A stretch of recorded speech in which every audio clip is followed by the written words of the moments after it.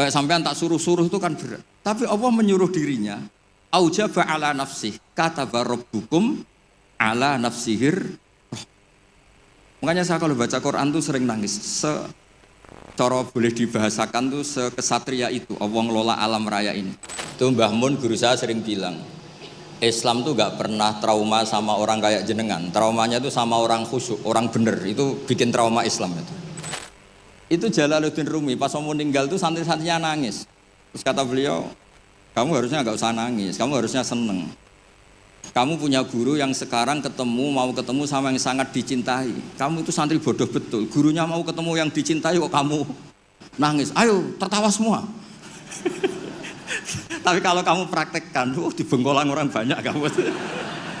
Itu akhirnya santrinya senang gurunya. Alhamdulillah guruku meh mati. Alhamdulillah.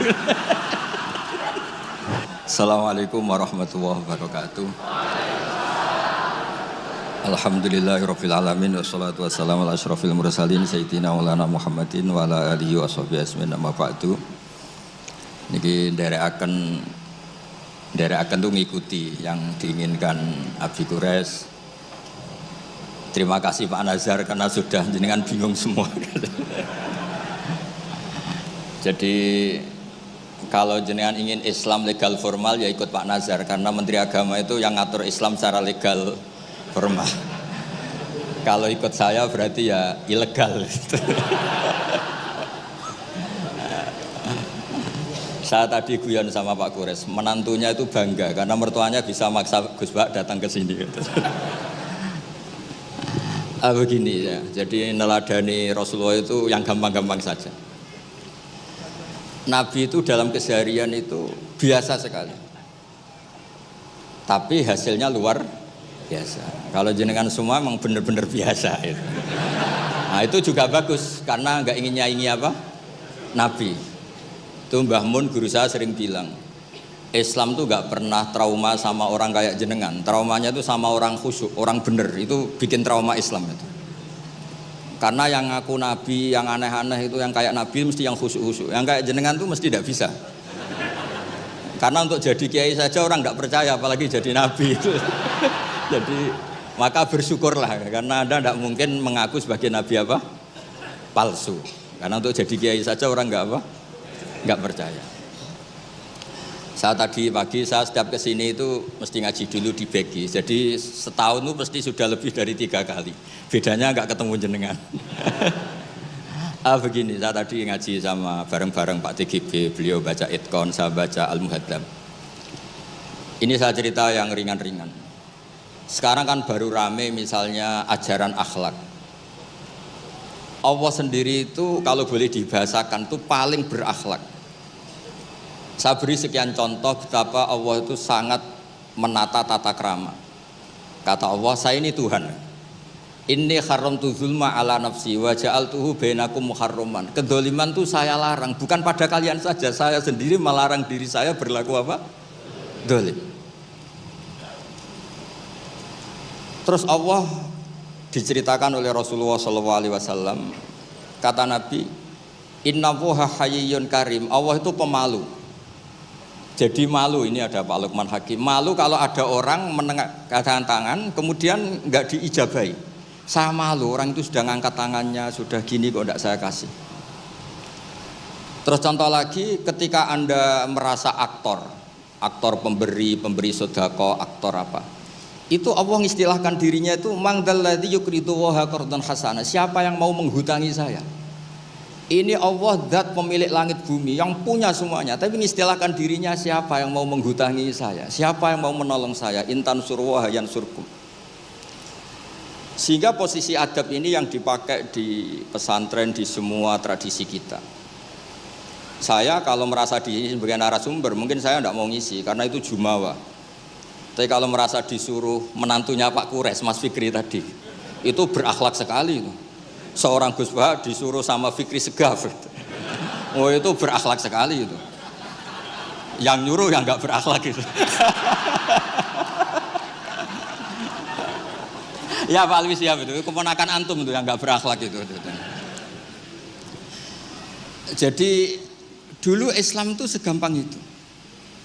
Di kitab Bukhari diterangkan Nanti saya berdoa sama Allah supaya nanti ada isyarah supaya berhenti, jadi nggak lama-lama nanti. Nabi itu nggak jaga image, Nabi itu pernah jalan-jalan. Kebetulan saat itu mau haji. Itu dicegat sama perempuan, Imra'atun bin Khosam. Itu ceritanya semuanya seputar manusia.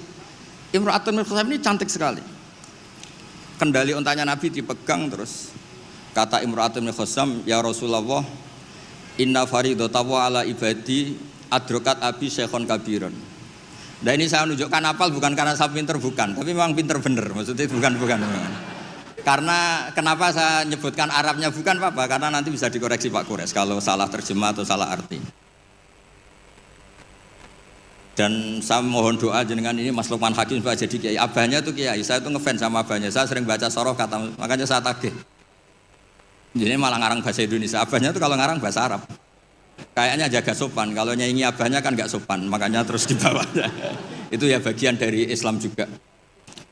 Saya pernah ditegur sama murid-muridnya Mbah Mun, Gus, kamu itu ngaji kayak saya, maksimal takrib.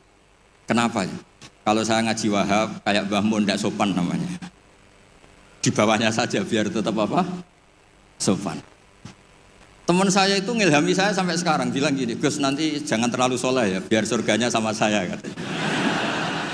Kalau terlalu soleh nanti surganya sama Mbah Mun, apalagi sama Rasulullah sungkan, gak iso ngopi-ngopi. Itu guyon tapi tak angen-angen bener. Ya jadi jangan bayangkan di surga sama Rasulullah sungkan zaman. Zaman kan sudah capek sholat subuh toh, kan ingin nggak subuh. Karena surga zaman kan mau poligami aja takut istri, nanti kan bidadarinya banyak. Kalau ada Nabi sungkan. Dan nanti sama saya aja di pinggir-pinggir yang enggak ada. Supaya enggak apa? Tapi kalau amal pas-pasan, kuotanya tidak cukup, langsung neraka, itu resikonya. Karena pas, sekali nggak cukup, neraka. Makanya kuotanya lebih, tapi surganya yang apa? Biasa aja. Imra'atun bin Khosam itu cantik. Nabi pas itu dionta Ardafa al-Fadl bin Abbas. Fadl bin Abbas ini sepupunya Nabi. Fadl masih muda, masih ganteng muda. Terus fanadharul Fadl ilaiha wa nadharat ilaihi. Nah ini cerita betapa Nabi sebagai pengajar itu manusiawi sekali. Terus falau wa Rasulullah unukal Fadl. Nabi cara sekarang memalingkan Fadl supaya agak ngelihat perempuan ini, Imra'atun min Khosam. Pas Nabi lawa mungkin agak keras, Abbasnya tersinggung. Lawaita ibna ammik. Gimana kamu sama sepupu kok gitu? Kata Nabi, ini Fadl melihat Imra'atun min Khosam tadi, gadis dari Khosam. Nah ini supaya sama ngerti, jangan bayangkan Nabi itu terus orang kalau mau tanya kok di jalan, nggak sopan, nggak berakhlak gitu. Ya biasa aja dijawab. Dijawab ya di jalan itu. Yang tanya juga nggak sowan dulu, nggak ya di saja. Nah sekarang beberapa ustadz itu kalau ada orang tanya disuruh ke rumah, ternyata ustadznya masih belajar dulu. Itu nggak urusan sopan, ilmunya nggak cukup, kalau jawab langsung tuh nggak cukup. Terus dikemas sopan, nggak sopan tanya di jalan, di rumah. Pertanyaannya kasih dulu, ternyata belajar dulu dia. Oh itu benar-benar ustadz yang nggak sopan itu. Kan nggak efisien, nggak apa? Ini cerita di Sahih Bukhari. Inna faridatallahi ala ibadi adrakat abi syekhon kabiran la yastati'u ayasbuta ala rohilah wa fi riwayatin ayastamsika ala rohilah. Afa ahujju anhu. Bapak saya itu tidak kuat haji. Dan sekarang haji sudah wajib. Ini gimana? Apa saya perlu hajikan? Itu awal ada haji niabah. Kalau di masyarakat disebut kaji amanah. Jadi kaji amanah itu tidak nunggu meninggal. Orang stroke, nggak mungkin haji itu sudah bisa dikajikan apa? Amanah. Saya itu punya teman, kurang ajar sekali Pak Kures. Saking kurang ajarnya bapaknya itu hidup. Bapak kamu kajikan plus, mahal kok kaji plus, masih 400 juta. Nunggu meninggal saja kaji amanah 10 juta cukup. Wah kurang ajar betul itu. Sudah gitu masih bilang, malah infonya Gus, kalau orang Madura berani 4 juta katanya. Wah ngawur betul kamu itu. Itu berkahnya orang tadi, gadis tadi tanya sama Nabi itu akhirnya haji makdum itu 2. Ini saya ngomong fikih supaya harus aman ngerti fikih. Satu, amanat anil mayyit karena memang sudah tidak bisa haji. Dua, amanat anil makdub. Kalau di fikih disebut haji apa? Amanat dari makdub. Orang hidup tapi nggak mampu apa? Haji. Terus saya bilang sama tadi yang agak kurang ajar tadi. Ya kurang ajar betul maksudnya. Sini, bapak kamu biar memutuskan haji sekarang meskipun stroke masih bisa ngomong, masih Gus, masih ingat hartanya masih Gus. Suruh haji sekarang, di makdub sekarang. Pak, jenengan harus haji karena mampu, tapi itu enggak iso, amanah Pak. Ternyata amanah kalau masih hidup itu mahal, jual Innova. Walhasil terus sudah dihajikan amanah, orang itu meninggal. Mendingan mati Gus, murah, tadi masih mahal.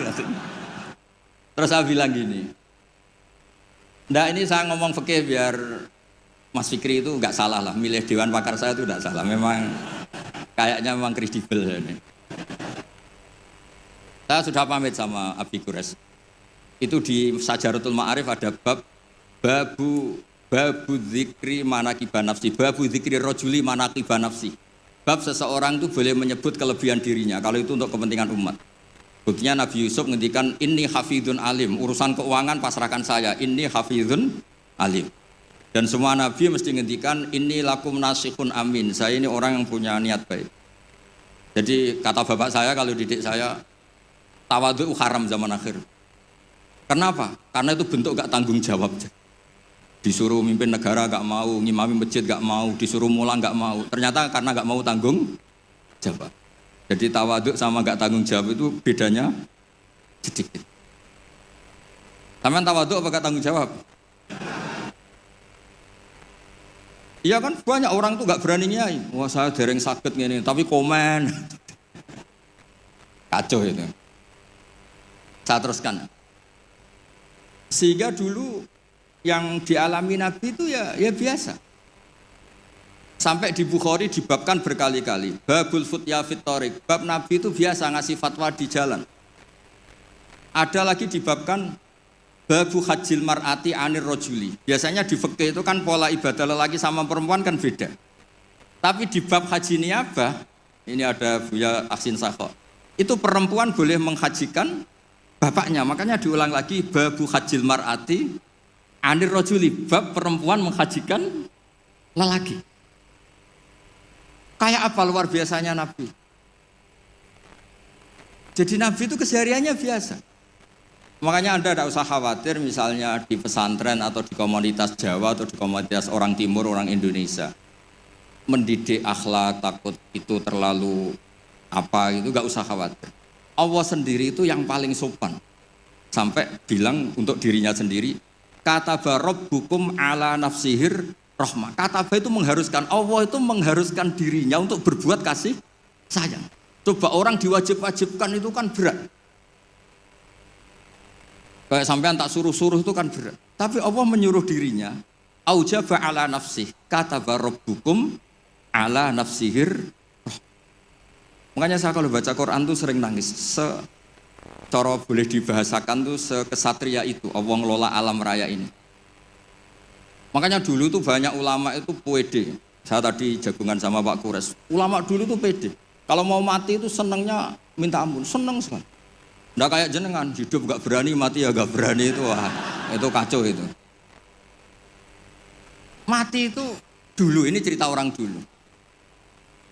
Kenapa ada tarian Jalaluddin Ar-Rumi, tarian kematian, tapi tidak usah ditiru, nanti dianggap aliran sesat. Karena di Indonesia itu kalau aneh-aneh terus bisa di-SK aliran sesat. Meskipun Pak Menteri tadi sudah pulang, tapi kalau tahu sampean sesat langsung dikasih itu. Itu Jalaluddin Rumi, pas mau meninggal itu santri-santrinya nangis. Terus kata beliau, kamu harusnya nggak usah nangis, kamu harusnya seneng. Kamu punya guru yang sekarang mau ketemu sama yang sangat dicintai. Kamu itu santri bodoh betul, gurunya mau ketemu yang dicintai kok kamu nangis. Ayo tertawa semua. Tapi kalau kamu praktekkan, di Bengkolang orang banyak kamu. Itu akhirnya santrinya senang gurunya. Alhamdulillah guruku meh mati, alhamdulillah. Tapi dilihat kematian adalah awal ketemu yang dicintai. Lah begitu itu ya bersanad. Ketika Bilal, Sayyidina Bilal itu mau meninggal, itu orang sekelilingnya nangis. Beliau ya marah, jangan nangis. Ghadan nalqal ahibbah Muhammadan wa hisbah. Besok saya ini mau ketemu Rasulullah Muhammad. Kamu gak usah nangis. Ghadan nalqal ahibbah Muhammadan wa hisbah. Tapi mereka mengajarkan kebenaran itu rileks. Ya mengajarkan kebenaran itu rileks. Ini cerita sunnah Rasul yang mudah kita tiru. Sama nggak usah bayangkan jadi kiai sufi terus terkenal wali, repot. Bisa kiamat kalau yang jadi wali sampean. Saya keberatan, betul keberatan. Mungkin Pak Kures nggak apa-apa. Orang sepuh itu biasanya legowo, gak apa-apa yang wali kowe. Saya yang komplain. Nggak terima saya. Karena nggak lewat saya. Kalau lewat saya, lewat orang dalam. Dulu Nabi Ibrahim itu pernah ingin umur tua. Allahumma rzuqni umran tawilan itu. Ini cerita kalau Allah itu ngelola agama ini ya seni, nggak terlalu serius. Sama Allah itu nggak dijawab. Ada orang sepuh sowan ke Nabi Ibrahim dikasih anggur. Ketika dimakan dikunyah keluar lagi, ngalir lagi. Ketika dikunyah ngalir lagi keluar. Orangnya sepuh. Nabi Ibrahim langsung masuk kamar. Ya Allah, ini engkau nyindir saya. Hem kena nganti tua, ya senasib penguneku. Akhirnya, ya Allah, doa tadi nggak jadi. Artinya segampang itu Allah jawab. Pernah Nabi Ibrahim itu didatangi malakul maut. Saya pernah cerita ini. Israel datang ke Ibrahim. Saya disuruh nyabut nyawa kamu. Nabi Ibrahim kan GR. Ya beliau kan Khalilur Rahman, makanya marah dia. Nggak mungkin, Allah nggak menginfo dulu sama saya. Kalau kamu mau cabut saya, kamu ngawur Israel. Makanya kalau kamu bisa ngawurkan Israel itu sanadnya sampai Nabi Ibrahim itu. Kalau berani. Ngawur kamu, saya nggak dikasih info dulu. Hal ra'aita habiban yumitu habibah. Masa ada kekasih bunuh yang dikasih, ini nggak bener, logika kamu nggak bener. Wah Israel kan nggak bisa debat ya. Nggak pernah kuliah, nggak pernah munakosah. Datang lagi, sowan ke Allah, ya Allah.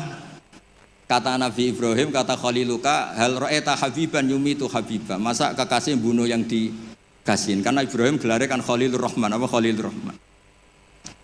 Terus sama Allah, kamu bilang gini Israel kan nggak bisa mikir. Makanya ada orang itu ngeluh itu, Gus bapak saya pas di sawah kok mati. Mbok Israel itu biarin sampai rumah dulu, kenapa? Pas di sawah mati, di pematang sawah itu belum mati itu cerita ke saya, Gus Israel itu kasih tahu tuh, masa kan bisa bunuh di rumah kan bisa. Sembrono betul itu. Terus saya bilang sebetulnya ada, teori itu ada, tapi harus jadi nabi dulu. Masalahnya sekarang nabi sudah apa? Ditutup. Sebetulnya bisa kata saya itu. Terus akhirnya Ibrahim ini Israel dikasih tahu sama Allah. Bilang ke Ibrahim, hal ra'aita habiban yakrahu ayyalqa habibah. Dibalik logikanya. Ya Mas Lukman ya, hal ra'aita habiban yakrahu ayyalqa habibah. Masa ada kekasih tidak siap ketemu yang dikasih. Katanya kamu tuh kekasih Allah, masa ketemu tidak berani katanya. Oh, ketika langsung Nabi Ibrahim marhaban, oh ya gitu. Masalahnya Anda tidak kekasih Allah. Makanya jangan mati dulu. Nunggu di ACC jadi apa?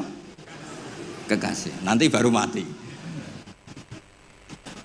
Jadi intinya beragama itu rileks, ada diskusi, ada somasi, ada komplain. Enggak apa-apa. Yang penting ini karena merasa nyaman dengan Allah Subhanahu wa taala. Makanya Nabi itu paling senang sama orang-orang desa itu. Saya ini meskipun banyak baca kitab, tapi sudah memutuskan Islam saya itu gaya Arabi, gaya orang-orang kampung sing badawa itu enggak priayi lah. Karena yang masuk surga awalan itu yang orang-orang enggak priayi itu. Karena malaikat repot tuh kalau ngadepi orang-orang enggak priayi ini. Saya pernah ada guru, ini betul ini kisah nyata, ada guru mau dipidanakan gara-gara buka tes SD loh Pak Kures, kan sudah disegel.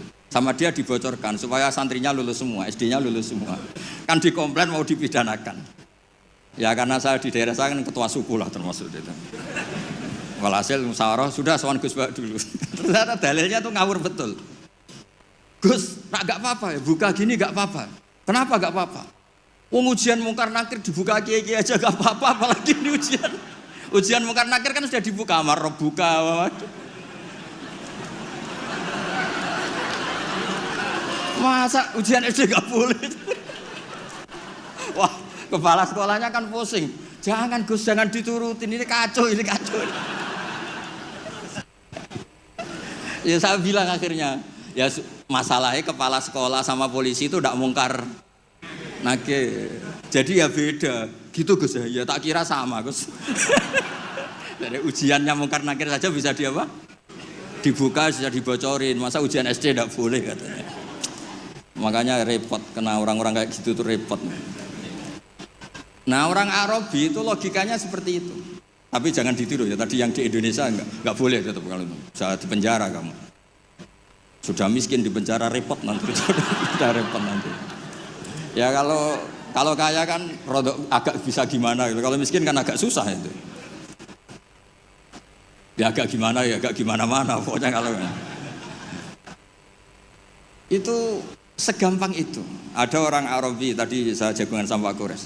Tanya sama Allah, Rasul, ya Rasulullah, man tawalla hisabi, nanti yang ngurusi hisab saya itu siapa? Kata Nabi, Allah. Allah binafsi, Allah sendiri yang menghisab, bukan malaikat, bukan. Iya, jadam. Orang Arabi itu fawalla, orang itu langsung, ya sudah Nabi saya mau pulang, sambil tertawa-tawa. Sama Nabi dipanggil, weh Arabi, kenapa kamu tertawa-tawa? Jawabnya lucu, kenangan saya dengan Allah di dunia itu baik-baik saja. Maka nanti di akhirat juga baik-baik saja. Kalau sama malaikat saya tidak punya kenangan. Loh itu Nabi komentar itu fakuhal Arabi, kamu pinter yo gitu. Makanya kamu harus yakin kalau nanti ketemu Allah itu baik-baik. Buktinya kita di dunia tanpa prestasi ya baik-baik saja. Kita penuh problem, Allah ya baik-baik saja. Enggak terus, makhluk tanpa ada gunanya keluar dari bumiku ya. Nah itu penting. Jadi Allah itu suka. Makanya ada hadis ana indadzoni abdibi, saya ini terserah cara pandang hamba. Ini yang terakhir meskipun belum disemprit Pak Kures. Sudah dapat izin. Di kitab Ihya, saya berkali-kali cerita ini. Kitab Ihya itu meskipun hadisnya banyak yang nyoal, tapi kitab itu kitab keramat. Makanya ada pensara Ihya namanya Sayyid Zabidi itu. Beliau sering ngendikan hadal hadis min haisul matnu dhaif lakinnahu masyhurun wa yu'adituhu fil makna al ahadits as-sahihah. Jadi intinya itu hadis ini secara teks memang masalah, tapi secara makna dikuatkan oleh sekian riwayat-riwayat yang apa? Sahihah. Jadi yang dhaifnya itu hanya min haisul lafdu atau hadal lafdu bi ini masalah, tapi min haisul makna itu enggak masalah. Ada orang itu sudah di neraka 2, dipanggil sama Allah ke surga. Allah itu tanyanya unik. Ini di terakhir kitab Ihya di kitab Ar-Raja. Gimana rasanya di neraka? Karena di neraka ditanya sama Allah. Wah, enggak enak Gusti. Kami tanya, "Lah kamu gimana di neraka?" Wah, enggak enak Gusti. Sudah diborgol, dibakar api, pokoknya enggak enak Gusti. Terus yang satu disuruh, ya sudah kembali lagi ke neraka. Itu lari semangatnya minta ampun, lari ke neraka, semuanya minta ampun. Marhaban ya Allah, ya sudah lari ke neraka. Allah kan derek. Wih kok semangat gitu. Terus dipanggil sama Allah, kenapa kamu semangat masuk neraka? Karena ini perintah engkau. Saya sampai masuk neraka itu gara-gara kalau engkau perintah tidak pernah nurut. Makanya kali ini saya nurut. Lari ke neraka. Ya sekaligus ini ijazah. Nanti kalau disuruh ke neraka lari sekencang saya ini sudah trauma, sudah nyesal. Karena dulu ketika engkau perintah saya tidak pernah nurut, makanya saya semangat gitu, nurut, karena ini perintah jenengan. Terus pas lari kencang neraka sama Allah dipanggil lagi. Ya sudah, kamu anak baik, di sini aja. Nah khawatir saya nanti kalau kamu lari ke neraka sama Allah dibiarin. Nah itu tidak tahu saya ini. Tapi berkahnya ngaji ini, kamu husnudzon saja, nanti dipanggil loh. Woi anak baik, tak suruh langsung apa? Langsung lari. Itu cerita di Ihya. Yang kedua, yang satu agak bandel. Ayo kamu kembali lagi ke neraka, kamu kan penghuni neraka. Diam saja. Terus, kenapa kamu diam? Teman kamu lari kok kamu diam? Saya itu yakin ketika engkau memanggil saya ke surga, itu tidak akan lagi mengeluarkan dari surga. Itu keyakinan saya. Tadi GR. Terus sama apa? Ya sudah. Anak indadoni abdibi. Jadi dua-duanya itu benar. Jadi segampang itu beragama. Nanti di akhirat nggak ada komentator, nggak ada analis, nggak ada aman. Jadi tidak bisa kamu menganalisis Allah. Nanti mau apa ya? Nggak bisa. Apalagi masuk TV, nggak bisa. Jadi hubungan dengan Allah itu segampang itu. Nah, saking gampangnya hubungan dengan Allah itu Nabi pernah bikin MOU sama Allah dan itu yang dipakai seluruh kiai di seluruh dunia, di semua kitab. Ya Allah, manusia itu kan tempat salah dan lupa. Bu ya, jangan langsung menghisab kalau ada manusia salah dan lupa. Loh itu sama Allah diturutin. Makanya Nabi ngendikan, "U'titu khamsan lam yu'tahunna ahadun qabli." Di antara yang disebut tuh khawatimu suratil Baqarah. Coba kita ini disuruh Nabi dan dilegalkan Allah. Enggak terima menteri agama, yang legalkan Allah Subhanahu wa taala ini. Disuruh berdoa, Rabbana la tu'akhidna in nasina aw akhtana. Coba. Doa itu kan agak ngawur sebetulnya. Masa lupa atau salah minta dimaklumi. Coba kalau sampean punya manajer di kantor, Pak, kapan-kapan kalau datanya tak tumpahin teh maklumi ya. Oh, langsung di PHK kamu. Kapan-kapan kalau Bapak manggil dan saya lupa nggak datang, maklumi Pak ya. Oh, PHK. Tapi ini satu doa yang disahkan Allah, disuruh berdoa, Rabbana la tu'akhidna in nasina. Ya Allah, jangan kasih sanksi kami ketika kami salah atau lupa. Terus qala na'am, Allah ngendikan na'am ya. Coba kalau Allah pakai teori semua kesalahan kita disanksi langsung, nggak ada manusia di bumi, sudah habis semua. Wong khotib Jum'ah kelihatannya ibadah tapi nyindir tanggane. Kan yo repot. Orang sering itikaf di masjid, ternyata baru masalah dengan istrinya. Wan semuanya masalah. Ngustad kadang ya profesi lain nggak pernah prospek terus profesi ustad. Oh repot semua. Ada yang tidak ngustad, sok-sokan ikhlas bertani, ternyata nggak pernah ngajar. Akhirnya satu kampung bodoh semua. Semuanya masalah. Dan kita diberi fasilitas Rabbana la tu'akhidna in nasina aw akhtana. Kayak apa baiknya hadatin? Makanya belum ada kata yang ngarang Hikam Ibnu Athaillah sekarang, enggak ada sebaik Allah. Kalau orang lain maklumi kamu karena enggak tahu borok kamu, tapi Allah ini tahu borok kamu, tahu salah kamu tapi tetap maklumi. Makanya mas sahibaka man sabika wa wa bi aibika alim. Ini enggak ada yang nemani kamu, tahu aib kamu sebaik Allah. Makanya kitab Hikam itu ada kata-kata yang bagus. Innama akromaka jamilu satri. Ketika kamu terhormat itu sebetulnya saking pandai-pandainya Allah menutupi aib kamu. Coba misalnya rata-rata ini bapak-bapak, ibu-ibu nikah sama perempuan itu pilihan terakhir apa pilihan sejati? Terakhir kan? Coba itu kalau direkam, saya sebetulnya cinta ini, tapi nggak dapat ya dapatnya. Terus itu terekam, kayak apa prahara keluarga itu? Saya sebetulnya ingin ini, tapi nggak kesampaian, akhirnya sedapatnya. Istri kamu ya ada rekaman gitu, mertua kamu ya punya rekaman itu. Sebenarnya saya nggak suka sama mantu ini, tapi berkali-kali ikhtiar dapatnya ini. Coba kalau orang Indonesia mulai zaman Pak Karno sampai sekarang terekam. Wah, melihat Swiss atau Finlandia, negara semakmur itu, nyesal jadi orang Indonesia. Wah, bisa langsung dicabut tuh paspor kamu. Jadi semua kebaikan yang kita nikmati sebetulnya innama akromaka jamilu satri. Kita ini begitu terhormat karena baiknya Allah menutupi aib kita. Coba kalau aib kita dibuka, cara diskusi kita, logika kita dibuka. Ya contoh gampang suami istri loh. Rata-rata orang nikah itu pilihan terakhir apa pilihan sejati? Loh, jujur semua. Nah ini istri kamu udah datang, tenang saja. Semua perilaku sosial kita mesti begitu. Makanya innama akromaka jamilus satri. Makanya doa-doa kita mustur aurati wa amin rawati. Lah terus kitab Hikam mengajari kita begini. Ajhalun nas man taraka yaqina ma inda lidhonni ma indan nas. Bodoh-bodohnya orang itu yang meninggalkan keyakinan dirinya karena dia tahu betul tidak sesoleh itu. Hanya karena pencitraan atau komentar orang banyak. Misalnya gini, saya seorang ustadz. Mungkin orang lain ngira kan ustadz itu bersih, steril, gini-gini. Padahal si ustadz ini ngerti dia punya masa lalu, dia tidak maksum, dia tidak nabi. Harusnya dia itu lebih berkeyakinan tentang apa yang pernah dialami sehingga dia tetap sopan, tetap menghormati orang. Jangan menurut persangkaan orang banyak yang anggap dia itu bersih. Jadi misalnya gini, Anda dosen di IAIN atau UIN atau di pondok atau di kampus apa saja, atau Anda menteri, ada presiden, siapa saja. Sebetulnya kan setelah kita jadi dosen mungkin kita ngomong, oh ngajar itu ibadah, mencerdaskan bangsa gini-gini. Ternyata mungkin Anda ini cita-citanya itu jadi pengusaha, berhubung gagal daftar jadi dosen. Banyak tuh teman-teman saya yang jadi ustadz, Gus, aku bisnis bolak-balik gak kasil Gus, jadi ustadz malah jadi kiai. Kalau itu dibuka Allah semua habis.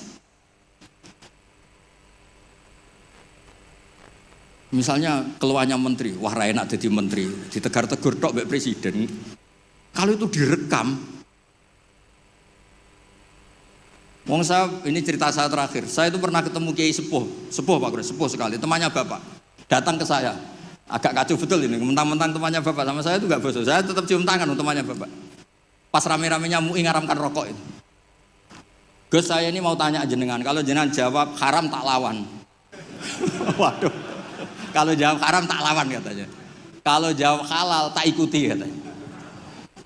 Yang saya senang dari cerita dua kiai sepuh ini begini, saya ini kiai sepuh Gus, saya ini hiburan saya itu rokok di pojok musola. Habis maghrib sampai jam 10. Kalau istri sudah tenang, tidak berontak baru pulang. Karena kalau belum ngantuk itu bawaannya ngomel kan. Ini yang cerita dua orang ini. Jadi hiburan saya itu rokok sama teman-teman musola. Tapi sekarang rokok diharamkan. Tolong kasih tahu MUI, Gus. Raro rasanya jadi kiai katanya. Kalau orang awam hiburan kan bisa lihat dangdut katanya, bisa saweran. Saya ini kan kiai, Gus, gak pantas. Hiburannya hanya rokok. Gitu aja kok diharamkan. Ya sudah bah, halal kata saya. Oh itu senengnya bukan main. Setelah itu kemana-mana bilang, kata Gus Pak halal. Waduh. Alasannya itu hiburannya katanya. Jadi saya semenjak jadi kiai itu ya sering dapat orderan fikih itu. Ya maksud saya beragama itu mudah, yuridu wa bikumul yusra wala yuridu bikumul usra. Jadi ana intadzoni abdi. Makanya sampean harus yang seneng, yang ceria. Karena ini untuk ngelawan setan. Setan tuh suka kalau orang Islam tuh susah, kemudian menyalahkan agama ini, menyalahkan sistem alam raya ini sehingga tidak ridho dengan qada qadar. Makanya disebut innaman najwa minasyaitoni liyahzunal ladzina amanu. Jadi kalau pikiran yang ngajak susah itu minasyaiton. Berarti yang ngajak seneng itu minallah. Makanya saya ini ustadz beneran ini karena ngajak orang seneng itu. Kalau yang ngajak susah itu masalah itu. Wong jelas di Quran la tahzan, jangan susah. Enggak ada di Quran la tafrah, itu enggak ada. Yang ada qul bi fadlillah wa bi rahmatihi fa bidzalika falyafrahu. Ya saya pernah dikomplain sama kiai-kiai yang khusuk-khusuk Pak Kores. Gus ini nanti kalau maghrur, orang gara-gara ngaji jenengan isane seneng tok terus ora tahu susah. Terus saya bilang masalahnya apa? Kalau enggak tahu susah sampai akhirat kan bagus kata saya. Terus tapi itu saenake dhewe fasik. Oh nak fasik ku wis asli sedurunge ngaji aku wis fasik. Kok nyala-nyalain saya kata saya. Nah ini penting ya supaya jenengan itu beragama itu rileks nyaman karena Allah itu suka sekali menghitung nikmatnya itu suka. Dulu ada orang Arabi datang ke Nabi itu gak punya apa-apa. Terus tanya, ya Rasulullah engkau menyuruh saya syukur, saya ini gak punya apa-apa, nyukuri apa? Istri gak punya, harta gak punya, semuanya gak punya, saya nyukuri apa? Nabi itu ngelihat sandalnya, di padang pasir kan panas. Lah itu 2 sandal kamu, kalau kamu gak punya ini panas. Oh iya ya Gusti, alhamdulillah. Hanya punya sandal itu. Ya kayak sampean itu, kan ceria, punya nekat saja cukup lah. Kenapa seneng? Gak usah alasan, nekat saja, pokoknya penting. Ya jadi sekaligus ijazah, jadi yang dihitung apa itu alam nasroh, hati lapang. Terus kul bi fadlillah wa bi rahmati fa bidzalika. Bapak saya itu paling sering mensyariatkan seneng. Kalau pagi ngajak jalan-jalan saya itu, kalau ada orang miskin itu di warung nongkrong, rokoknya satu aja hutang, satu ler aja hutang. Terus ngomong itu seakan-akan dunia miliknya. Itu kata bapak, itu hamba paling dicintai Allah katanya. Kalau presiden orang kaya seneng itu kan wajar, alasannya jelas. Ini nggak punya alasan untuk seneng. Sudah biar tetap seneng gitu. Nanti kalau gugat Allah malah repot kan. Kalau gugat Allah malah apa? Repot. Lu itu betul. Orang itu masih hidup kalau ketemu saya. Gak enak aku sudah jenengan jadi kiai. Nakal ra pantes, gak mulang gak pantes. Enak jadi kula, Gus. Apa wae pantes. Wah, repot. Ya sudah gak apa-apa. Sementing kamu gak gugat Allah kata saya itu. Karena tadi ketika orang-orang miskin dikelola nyuwun sewu orang yang tidak bertuhan, ini terus malah yang digugat Allah Subhanahu wa ta'ala. Makanya Sayyidina Umar dari sekian sanad, ini biar kita sepak kures, dari sekian sanad yang saya terima dari guru-guru saya, dari Mbah Mun, dari itu Sayyidina Umar itu punya riwayat dari Rasulullah itu unik. Innallaha kallafani an asrifa an du'a. Ya saya ulang lagi, innallaha kallafani an asrifa an du'a. Allah itu memaksa saya supaya apa-apa itu gak melibatkan Allah. Karena kalau apa-apa melibatkan Allah, kalau Allah kuasa kenapa ada orang miskin? Kalau Allah kuasa kenapa ada orang terlantar? Malah repot semua. Orang dilatih Islam menyalahkan dirinya sendiri. Rabbana dzolamna anfusana. Makanya Umar terus pidato, jika ada orang yang tidak makmur ketika saya jadi khalifah, salahkan Umar, jangan nyalahkan Allah. Anda punya pemimpin yang tidak becus. Kalau Sayyidina Ali mirip cuma agak kacau. Diskusinya agak kacau. Tapi kacau ilmiah tetap bagus. Ada orang ngelapor, ya Ali, ketika kita dipimpin Umar, dipimpin Abu Bakar, Umar baik, kenapa setelah kau pimpin kacau?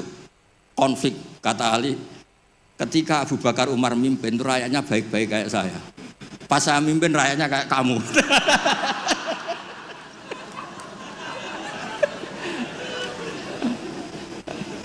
Makanya nanti kalau kamu nyalahkan saya, zaman Mbah Mun gini, zaman Gus Pak gini, pas Mbah Mun ngiyai, santrinya kayak saya.